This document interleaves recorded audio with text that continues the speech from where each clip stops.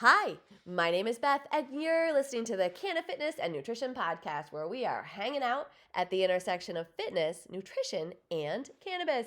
Thank you so much for pressing play today. I'm super glad you're here because I am going to talk about the munchies. And if you follow me on social, you know that I've been talking a lot about the munchies lately because I wrote a book about the munchie myth, and I'm going to talk a little bit about it today. And then in the next episode, I'm going to talk a little bit more about how we fix it because I have solutions.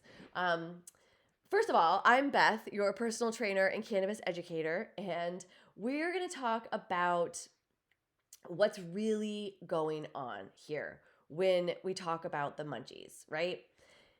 If you struggle with eating at night, if you struggle with having control around food, if you're that person that uses cannabis and then all of a sudden things in the kitchen start talking to you, like the cake, the leftover cake that's there, any leftovers, they always talk to us. The chips, the pizza, the unhealthy things, if that starts coming to mind when you use cannabis, right? And you feel like you lose control and you're frustrated because you're also at the same time trying to go to the gym and make an effort to feel good in your body, right? And you're struggling with the munchies, this is for you. All right, I made all of this is exactly for you. I spent a lot of time in the dispensaries last year, and of course I talk to people that use cannabis all the time, and one of the biggest complaints I hear is, oh, but the munchies get me. Especially when people hear I'm a personal trainer.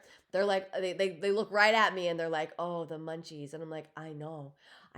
But this is the thing, is we don't have to fear the munchies, right? Because the munchies aren't what we think they are. We've made them out to be this loss of control around food. We basically made the munchies be binge eating, right? And that's just part of the stigma. And you know that the stigma in cannabis is real, right? Everybody thinks we're just stoners, sitting on the couch eating Doritos, and the munchies go right along with that, right? The munchies make you lose control, makes you choose unhealthy things. Um, and and I get it. And I get it, especially when you are someone like me who you do try to work out when you can, and you do try to pay attention to healthy food.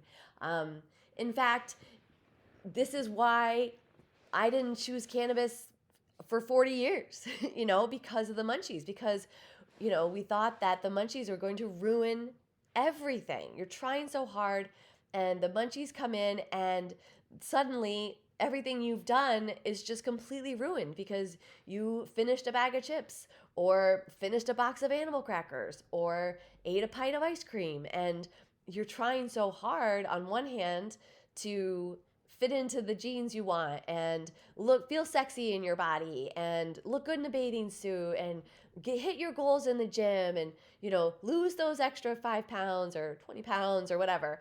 And then you see the munchies, and it's just frustrating because you love cannabis and it's helping you, but it's also costing you your waistline. You're like, why? What am I doing? What do I have to give up? Should I bother even working out? Should I bother even making healthy choices, or should I just quit cannabis and try to find something else? Maybe I'll go to magnesium and that'll help me sleep, kind of thing. And I don't want you to have to choose between any of those things. I'm here to tell you that cannabis, what are the munchies, is not what's causing you to gain weight or be afraid of gaining weight or feel like you are gaining weight. It's not, cannabis is not causing that, right? I feared cannabis for 40 years. I've always been into, working on my body, sculpting my body. I was a runner and I lift weights, and I've been a personal trainer for almost 20 years. So I've always been in the fitness industry. And again, the stereotype, the stigma is so real that I was like, why would I ever touch anything that would give me the munchies? I already struggle with overeating at night. I already am trying to be so disciplined during the day, and at night, a lot of times I lose control. So why would I take something that's going to make me lose control even more? This seems so silly. But now that I've studied the plant, and now that I also have studied mindfulness and taught myself mindfulness, teach others mindfulness, I know what's really going on. And that's what I want to share with you, because that chaotic feeling you feel at night when you consume cannabis and you can't stop thinking about food, and that kind of chaotic, like, I really want to have chips right now feeling. Cannabis didn't create that, right? It helps shine a light on it, that's for sure. But the truth is, if you're doing what I was doing, you're setting yourself up for binge eating anyway, right? You're setting yourself up for food noise. This is what typically happens. A lot of us who are trying to, again, work on our body, maybe you're trying to lose weight, maybe you're just trying to maintain weight, you care about how your genes fit, so you're somewhat involved in a workout routine as best you can and trying to make healthy choices, right?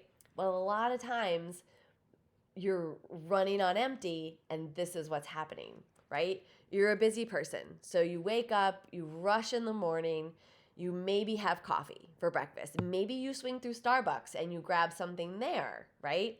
That's not necessarily a real breakfast, right? But you don't think twice about it because you're like, "Oh, you know what? This is fine. I can skip this. I don't need calories right now. I'll eat calories later and it'll all be fine." Right? In the back of your mind, you're thinking, the less I eat, the less I weigh. The less I eat, the less I weigh, right? That's always kind of going on in the background. So you have coffee for breakfast and don't think twice about it. And then lunchtime comes. Now, if you even remember to eat lunch or have time to eat lunch, because so many times I hear people forgetting to eat lunch, I hear people not having time to eat lunch and just completely skipping it, which just about 9.5 times out of 10 backfires into overeating later. And so even if you do have time, because again, just to back up for a quick sec about lunch, is what's going on is in the back of your mind, you're thinking, well, the less I eat, the less I weigh. Oh, well, I guess I'll just skip lunch too, right? Until it backfires and you're starving. But so even if you are eating lunch, a lot of times it's what I call a sad salad, right? I literally see people post pictures of their sad salads on Instagram, and I always comment. I'm like, it's so sad because it's just lettuce and like some cucumbers or something. And like, oh man, that is not satisfying. I don't even know like what world. Yeah, but but I get it because I've been there, right? I get it. I've been there. There are times in my life where I ate sad salad too because I thought, oh, the less I eat, the less I weigh, right? Maybe you have a protein bar at some point because you are starving and that seems like the only safe thing to eat. Well, I'll just eat a protein bar. It's protein. I got to get protein, right? Everybody's so obsessed with protein. And then maybe you get home and you're still busy. So maybe you don't even sit down maybe to eat, right? Or you're so busy that you don't get to eat till late. And then by that time, it's time to take your edible, right? Or take your puff so that you can relax and go to sleep. Maybe that's helping you sleep, which is great. But after you take it, then suddenly the cravings appear, right? And so you've been go, go, go all day. And at night, you finally sit down, and it's not a coincidence that your cravings appear at the same time you're taking your edible because your body is asking for relief. That's what's happening. When you're in go, go, go mode all day, you're creating extra cortisol, which you've heard about cortisol. People, again, that gets a bad rap too. Cortisol can be good. It can be good. It does give you energy. It gives you the drive. Too much of it, though, can be bad. And what it does is it suppresses your appetite. So when you're in go, go, go and you're producing all this excess cortisol, you're suppressing your appetite. So you're not hungry. And again, back of your mind, you're going, the less I eat, the less I weigh. So when you finally sit down and that cortisol drops, your hunger becomes apparent. Your body starts asking for relief and then asking to catch up on all the fuel you missed during the day. They literally study this now, which I think is fascinating. When you undereat during the day, it pretty much guarantees you to have cravings at night. So ask yourself, if you feel like cannabis is causing you the munchies, and you're in go, go, go all day, and you're trying to make an effort at the gym, you're trying to choose healthy food, and you're trying to eat, not a lot because you're worried about how your pants are going to fit, but these munchies are getting you. I ask you to ask yourself, what's really going on during the day, right? What's really going on? Are you really are you under fueling? Are you finding yourself in this trap of being in go, go, go, overstressed, run from one thing to the next without any breaks, not having time to eat a meal, right? Are you in that day? Are you under fueling yourself, right? So then when we get to the nighttime, is it really the cannabis that's giving you the munchies? Or is it that your nervous system is finally slowing down and revealing the hunger that's been there all day? And is your body trying to compensate for you not eating all day, right? Is your body just trying to relax? Because here's the thing. THC, when it connects to the receptors and influences your appetite signaling, right? It enhances the sensation of eating. It enhances the pleasure of it. It enhances the tastes and the flavors and the textures and the desire to have something good. It enhances that desire for pleasure, right?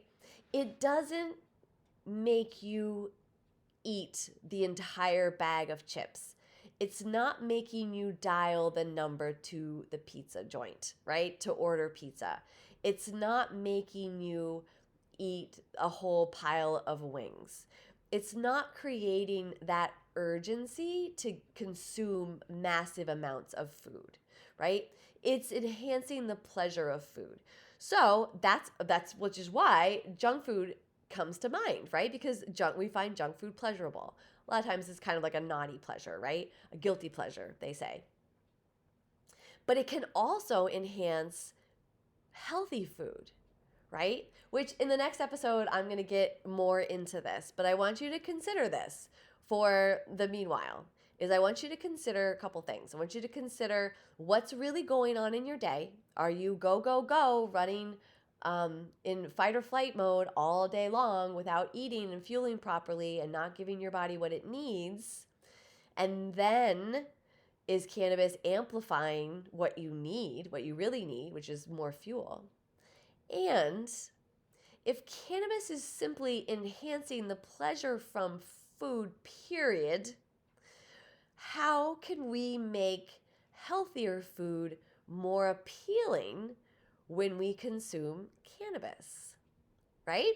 So thinking about it that way. So I'm just asking you to just shift your thinking this week. Just shift it. Just notice what's going on during the day and ask yourself if you can just pause for a minute when you get a craving, if you're consuming cannabis, and ask your brain to just shift the perspective from pizza, chips, cookies, and brownies to what if it was a nice grilled chicken breast with some roasted sweet potatoes, with some rosemary and a little bit of paprika on them, right? What would that taste like, right? What would it taste like to have something healthy but flavorful and savory?